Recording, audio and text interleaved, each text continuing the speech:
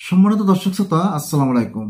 আমরা ভেবেছিলাম আমাদের দেশটা একটু শান্তিতে আছে, শান্তি শৃঙ্খলভাবে আমরা থাকতে পারবো, কিন্তু এখন দেখা যাচ্ছে দুর্বৃত্তদের গুলিতে খুলনা বিশ্ববিদ্যালয়ের ছাত্র নিহত।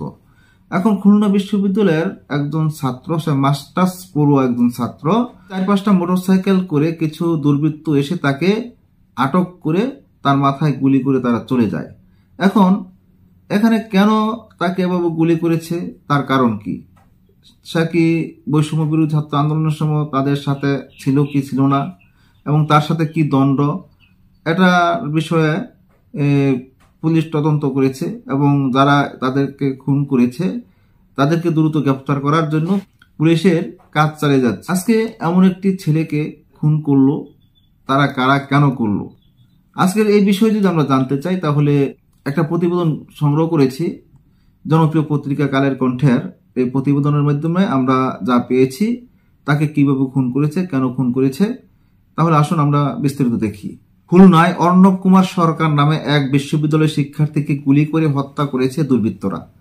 শুক্রবার রাত 8:30টার দিকে নগরীর সোনাডাঙ্গা মডেল থানাধীন তেঁতুলতলা মোড়ে এ ঘটনা ঘটে। অর্ণব মোটরসাইকেল যোগে সেখানে পৌঁছা মাত্রই 4-5টি মোটরসাইকেল যোগে অস্ত্রধারী এসে তার মোটরসাইকেলটি ঠেকিয়ে মাথায় গুলি করে চলে যায়। এতে ঘটনাস্থলে তার মৃত্যু হয়। পরে স্থানীয় জনগণ তাকে উদ্ধার করে হাসপাতালে নিয়ে যান। অর্ণব কুমার সরকার নগরীর সোনাডাঙ্গা মডেল থানাধীন আবু আহমেদ রোড নীতিশ চন্দ্র সরকারের ছেলে এবং খুলনা বিশ্ববিদ্যালয়ের ব্যবসা প্রশাসন বিভাগের মাস্টার্সের শিক্ষার্থী। খুবির ছাত্র বিষয়ক পরিচালকের দপ্তরের তথ্য মতে অর্ণব খান জাহান আলী হলের ছাত্র এবং তার রোল নম্বর 230317। খুবির ব্যবসায় প্রশাসন ডিসিপ্লিন প্রধান প্রফেসর শেখ মোহাম্মদুল হাসান ও প্রভোস্ট প্রফেসর শরীফ মোহাম্মদ খানও এটি নিশ্চিত করেছেন।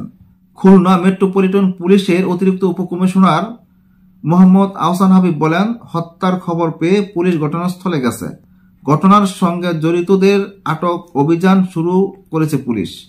বৈষম্য বিরোধী ছাত্র আন্দোলনের খুলনার প্রতিনিধি মোহাম্মদ মিনহাজুল আবেদিন সম্পদ বলেন, এ ধরনের হত্যা অবশ্যই নিন্দনীয়। তিনি পুলিশকে আরো তৎপর হয়ে প্রতিনিয়ত খুন রাহাজানির ঘটনার সঙ্গে জড়িতদের দ্রুত গ্রেফতার করে আইনের আওতায় আনা দাবি জানান। তিনি বলেন, যারা শহরকে উত্তপ্ত করার পায়তারা করছে তাদেরকে গ্রেফতার করতে হবে। সেই সঙ্গে অর্ণব হত্যার মূল রহস্য উদ্ঘাটন জরুরি বলে তিনি মনে করেন।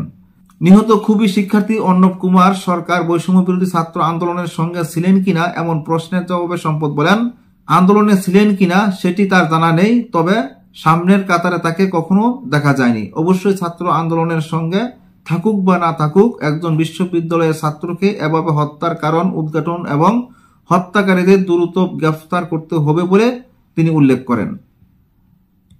সারা দেশের ছাত্র এই মাঠে নেমে আন্দোলন করেছে। এখন সে আন্দোলন করাতে কি এমন ধরনের ঘটনা ঘটেছে কিনা তাও এখনো নিশ্চিত হওয়া যাচ্ছে না। পরবর্তীতে যদি এই হত্যাকাণ্ড নিয়ে কোনো আপডেট পাই তাহলে আপনাদেরকে জানানোর চেষ্টা করব। আজকের মতো এখানে শেষ করছি। আল্লাহ হাফেজ।